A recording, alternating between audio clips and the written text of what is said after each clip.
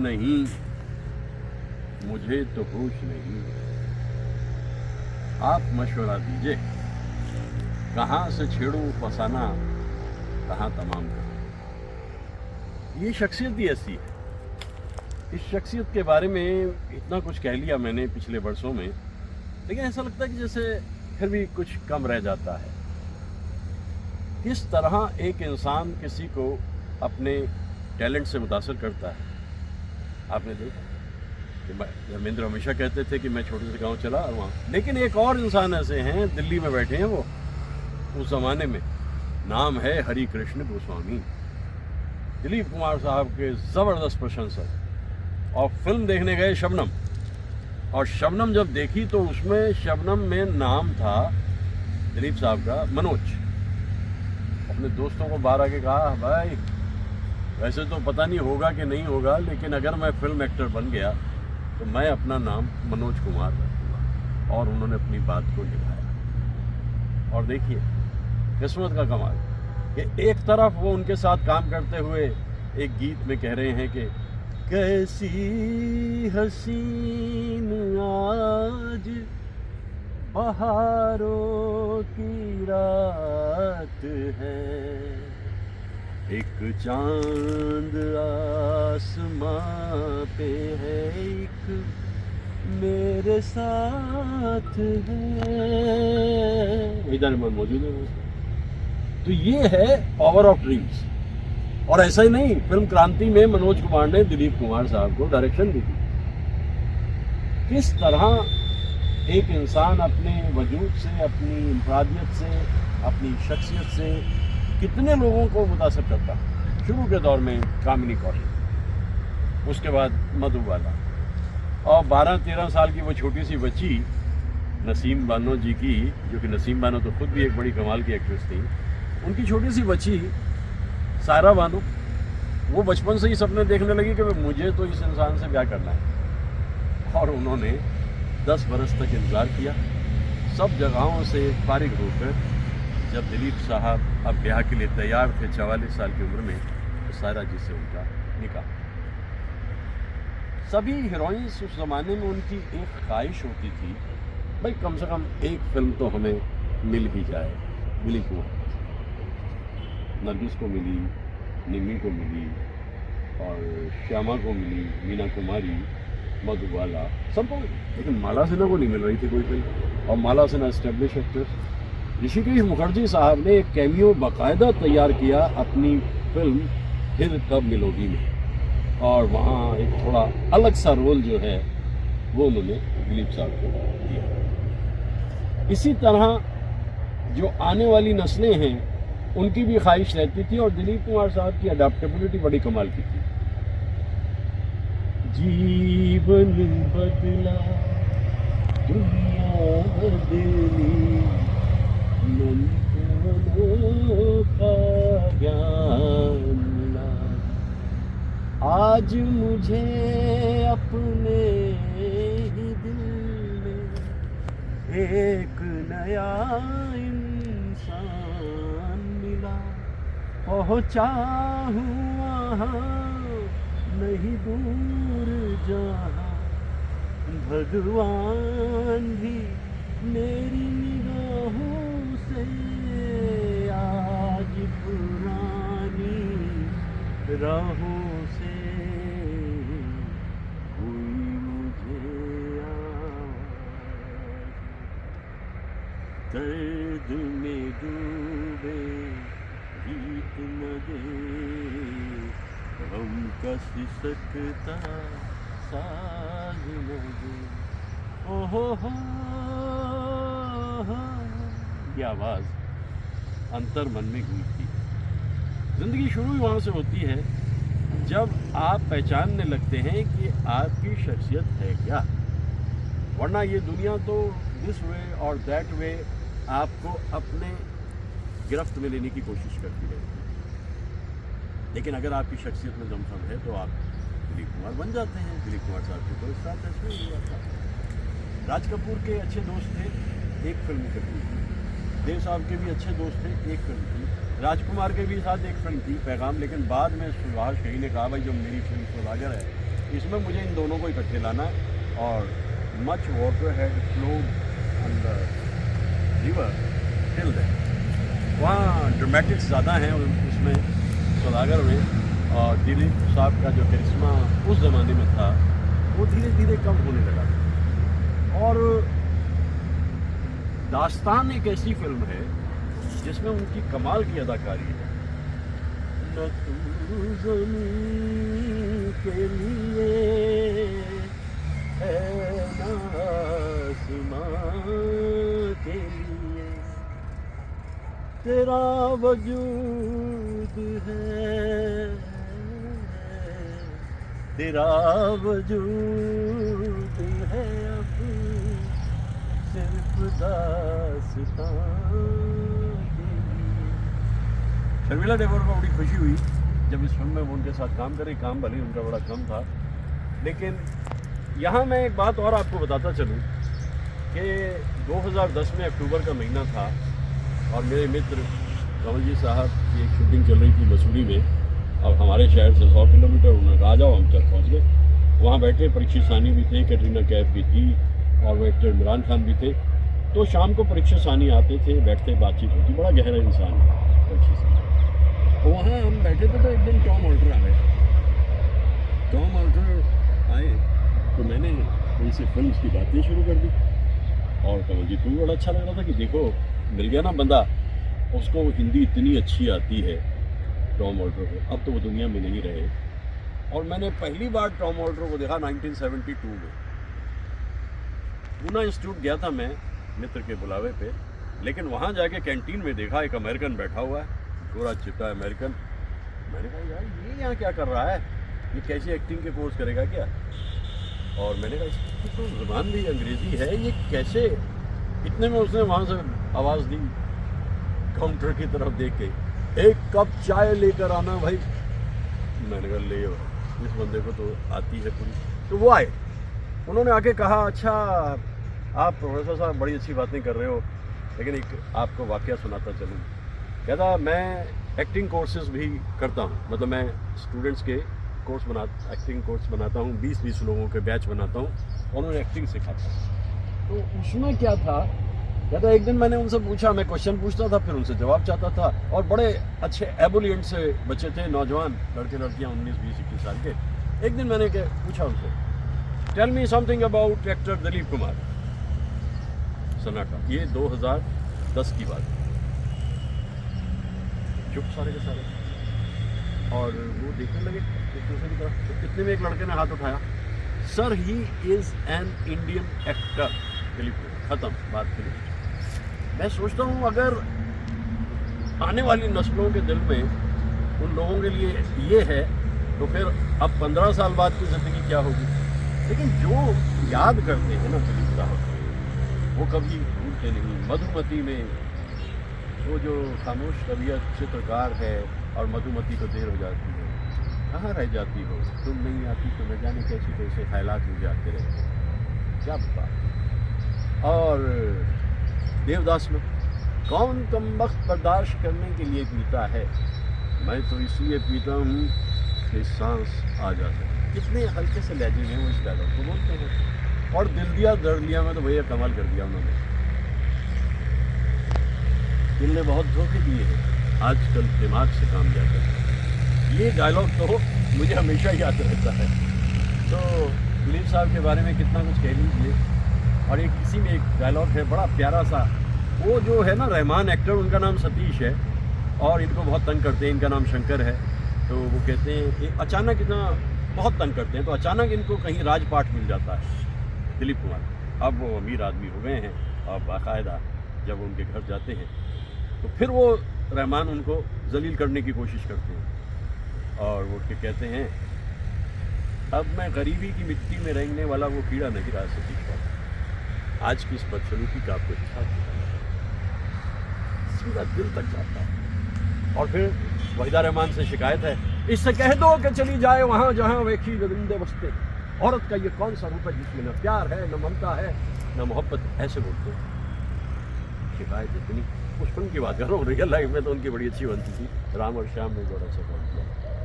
तो कुछ उनके बारे में, लोगों के बारे में जिन्होंने कुछ करा है ज़िंदगी में, हमें कहते रहना चाहिए।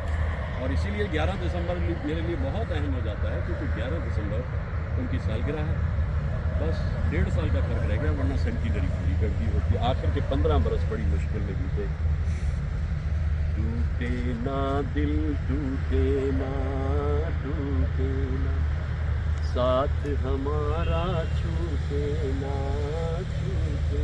अंदाज फिल्म के गीतों पे जो अदाकारी दिलीप कुमार की है, वो वन ऑफ इट्स काइंड। लेकिन उदास गाने जब होते थे, शाम हम की कसम, आज हम जी हैं हम, आ भी जा जो मेरे सनम, शाम हम की। इतने सारे एक्टर्स वहाँ पर होते थे और उन सब में एक ही दिलीप कुमार होते थे। कोई उनको कहता था बादशाह one and only Dilip Kumar. तो याद करता रहता हूँ, कुछ कहता रहता हूँ उनके बारे में। तो ये आ गई उनकी 11 दिसंबर। और इत्तेफाक देखिए, दोनों दोस्तों के बीच में फ़र्क 3 दिन का था। 11 दिसंबर अगर दिलीप कुमार की सालगिरह है तो 14 दिसंबर राज कपूर की सालगिरह है। बरस अलग हैं, क्योंकि दिलीप कुमार 1922 में दुनिया में आए और राज कपूर 1924 में दुनिया में आए। 2 साल छोटे होते भी जब प्यार से उसे कहते थे ओ लाले, दिलीप कुमार जब कहते थे राज कपूर को, अच्छे गोलमाल होते थे। और ऐसा लगता था कि ऐसी दोस्तियाँ फिर कभी दिखाई देंगी नहीं। दोस्तियाँ भी सिंथेटिक हो गई हैं। जिसका जितना होता है उतना करके वो अगला आपको रास्ता दिखाता है कि जाइए, आपका काम ख़त्म हो गया, एंड यू कैन सी। ऐसा होता है ज़िंदगी में, लेकिन इस सब के लिए हमें तैयार रहना होता है। अब किसी से कोई शिकवा ही नहीं, जाने किस से गिला था है। तुम्हारी ज़िंदगी है, तुम जियो, हमारी ज़िंदगी है, हम जी रहे हैं। लेकिन हम इन कलाकारों को याद करते हैं। वो डूब गया सूरज और ज़िंदगी में ही बड़ी परेशानी रही। दास्तान अच्छी तरह नहीं चली। उसके बाद फिर उन्होंने, दास्तान में डबल रोल था, बैराग फिल्म बनी जिसमें ट्रिपल रोल था और वो फिल्म बिल्कुल नहीं चली। End of an era. इसके बाद वो कैरेक्टर रोल करते रहे, लेकिन एक बार ज़िंदगी हाथ से फिसल जाती है तो फिर हाथ में ये ज़िंदगी की, ये वक्त की सितमगरी। याद कर रहा हूँ दिलीप साहब को, यानी यूसुफ साहब को, यानी मेरे बड़े पसंदीदा कलाकार दिलीप कुमार। दिल को तेरी ही तमन्ना, दिल को है तुझसे ही प्यार, चाहे तू आए ना आए हम करेंगे इंतजार। ये मेरा दीवाना ऐसे वीराने में उठ के मर जाएंगे हम। जितना जी चाहे पुकारो, फिर नहीं आएंगे हम। ये मेरा दीवाना पन है या मोहब्बत का शुरू, तू न पहचाने तो है ये तेरी नजरों का कसूर। ये मेरा दीवाना।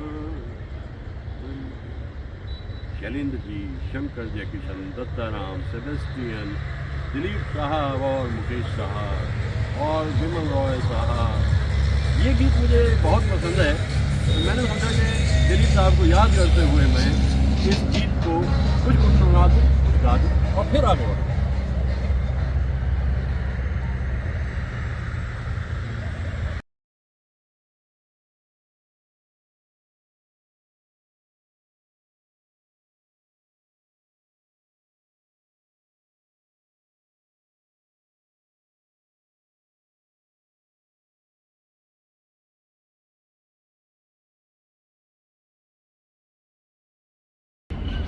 उस ज़माने में हिंदी फिल्म्स में जो एक्टर्स थे उनका समूह कुछ इस तरह से होता था।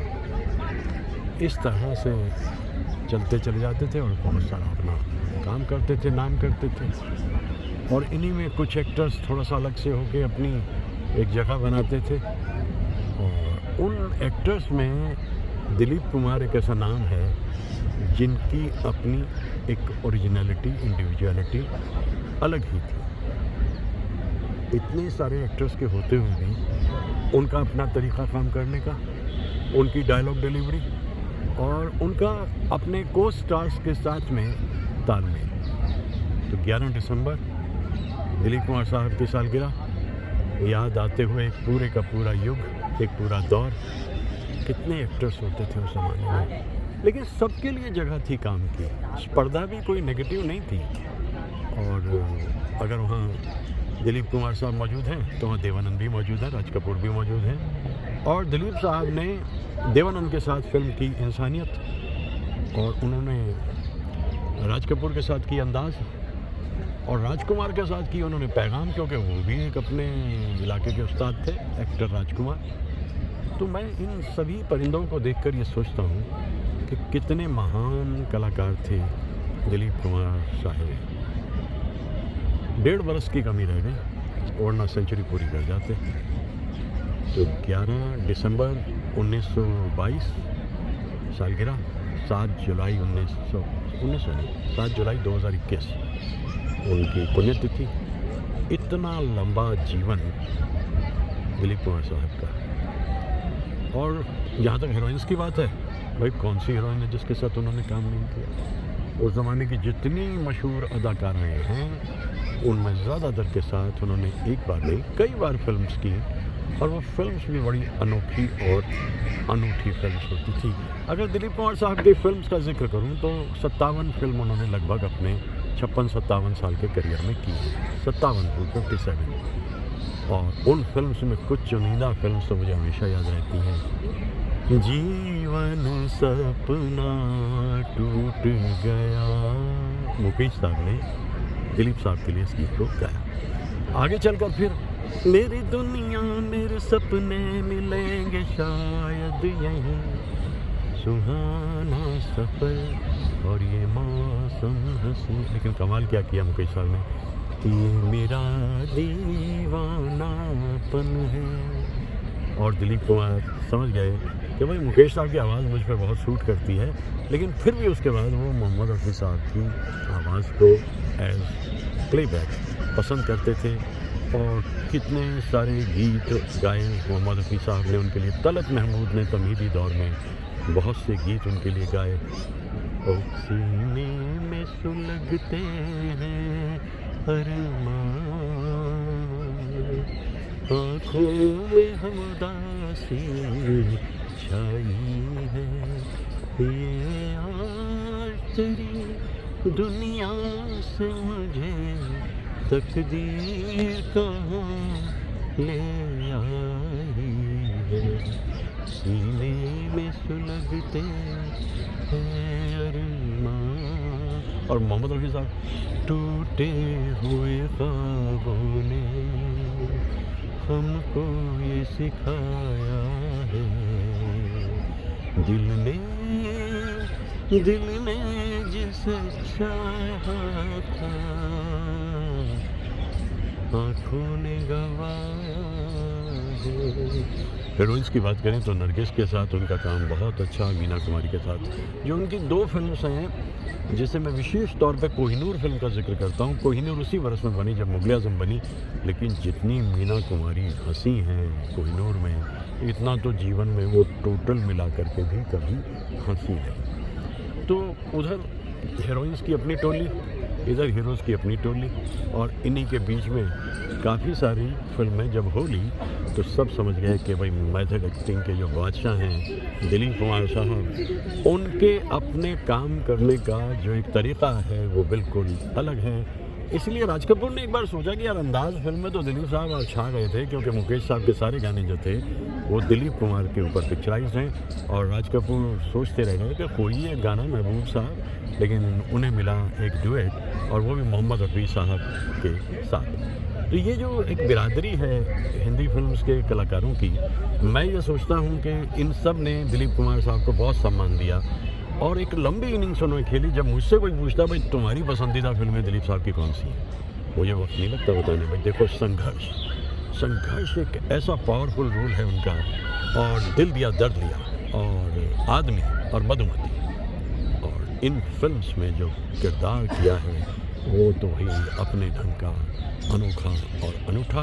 और इन फिल्म्स में जो गीत गाए हैं मोहम्मद रफ़ी साहब ने, कोई सागर दिल को बहलाता नहीं, गुजरे हैं आज इश्क में, जब दिल से दिल टकराता है, मत पूछिए क्या हो जाता है, रुकती है नजर, रुकती है ज़बान, माथे पे पसीना आता है, आज पुरानी राहों से